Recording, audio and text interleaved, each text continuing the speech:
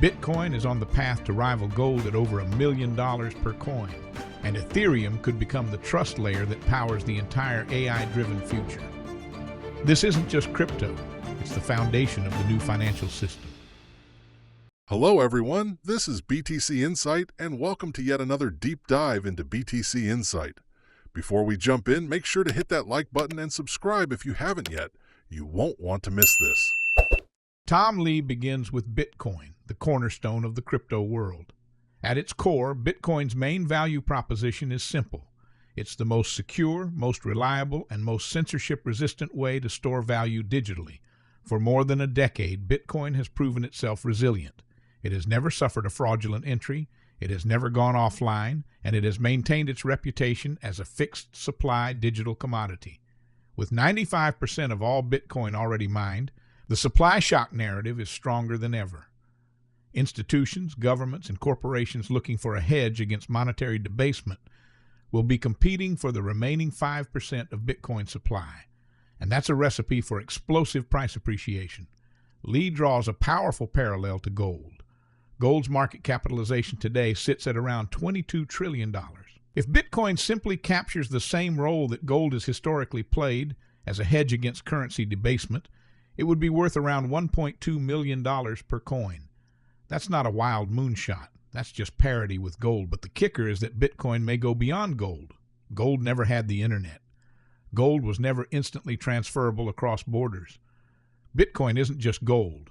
It's programmable, global, and unstoppable.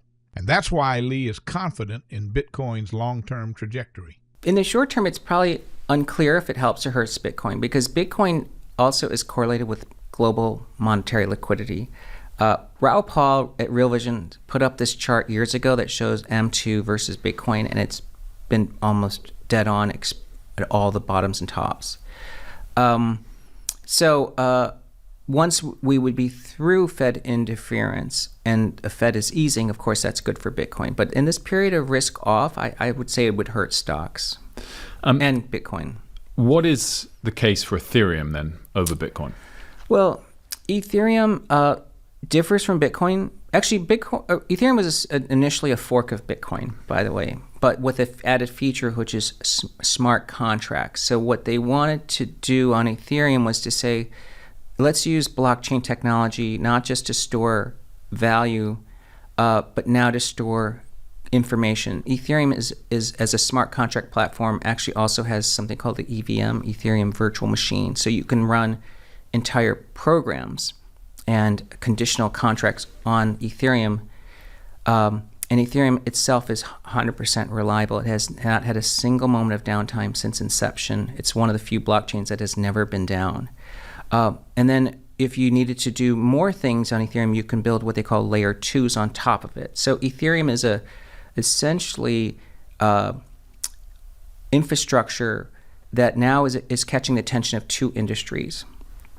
The first is the financial sector. The stable coins became really a breakaway product for crypto. And that's like the ChatGPT moment. There's $250 billion worth of stable coins. The vast majority of those are minted on Ethereum.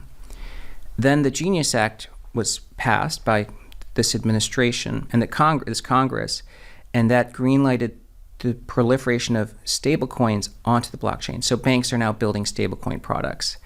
That Treasury Secretary Besant thinks that could get to $4 trillion. That's exponential growth, burning gas on Ethereum. And then we have Project Crypto, which is the SEC wanting Wall Street to build on the blockchain. Now, all of that collectively, from a Wall Street perspective, is like 1971 for the dollar. And what I mean by that is, in 1971, the dollar went off the gold standard. So in 1971, the dollar became synthetic. And gold was what people bought as a hedge against that synthetic dollar. So you had gold as the trade, and that would be the Bitcoin equivalent. But actually, the synthetic dollar is what created the rails for Wall Street to build all their future products. The futures, curves, derivatives were all because the dollar was a synthetic product. If the dollar was backed by gold, Wall Street would be still a very small business. Well, Wall Street now is going to be building its entire infrastructure onto the blockchain. And the blockchain they're choosing is Ethereum. So this is the 1971 moment where Wall Street is essentially capitalizing on tokenizing the entire world onto a blockchain. That's a huge opportunity. The second story arc benefiting Ethereum, though, is AI, because now we're moving towards an agentic AI world, but with real products. Like, AI is principally been trained on like internet and, I don't know, social media, but it hasn't been in the real world because it hasn't ingested us as we moved and physically moved or even have independent products. That's a vast amount of new information for AI models to ingest and store. But then now you have to be sure that all the instructions being sent back to the robot are proof of the originator. You know, in other words, you need a token. I mean, LLMs use tokens anyways, but now you need like a token that interacts across chains. And that's where AI is going to build on Ethereum, because you essentially need what they call proof of human. Mm-hmm. We need to prove that this lawnmower got a real instruction from another chain or another vendor. And so that is all being built on Ethereum. The second massive tailwind is AI. As artificial intelligence evolves, particularly with agentic AI systems capable of autonomous action, there's a growing need for proof of origin and secure transactions between machines. Ethereum is perfectly positioned here. AI systems will need blockchains to verify instructions, record data, and ensure authenticity. Ethereum provides the trust layer, the proof of human mechanism that AI will require to interact safely with the real world. Put simply, AI will need Ethereum to scale safely, just as Wall Street will need Ethereum to tokenize assets. Before this year, I would have considered Ethereum like a really good, reliable chain, but without any products being built on it, it shouldn't really do well. But because of what's happening with AI and with Wall Street and, Project Crypto, I think Ethereum's essentially the value of its protocol layer, like, Union Square Ventures calls it the FAT protocol, is now going to be more valuable because we're tokenizing everything on Ethereum rather than just gold. Like, so if gold is a $21 trillion market, tokenizing the real world is orders of magnitude larger than gold, which means Ethereum probably will flip in network value versus Bitcoin. Bitcoin will get to $1 million. But what about all the other cryptocurrencies?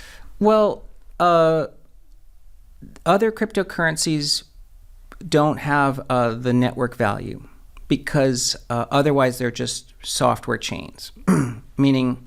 So you don't really believe in Ethereum as a currency. You believe in it for other reasons. That's right. Yeah, I think that the narrative of storing value is really Bitcoin's use case. Ethereum's use case is that it's actually going to be used and burned. So Ethereum gets consumed through gas fees, and then staking is how you produce an Ethereum. That inflation rate has been below Bitcoin, actually. So if you look at it as monetary supply, Bitcoin's monetary supply is actually still growing faster than Ethereum. Bitcoin has done very well over any 10-year period, and at $100,000 today, it does reflect that institutions are beginning to view this as a legitimate way to store value, because the Bitcoin blockchain is really one of the best ways to record financial transactions with 100% never failed censorship resistance, never fraudulent entry in its entire operation.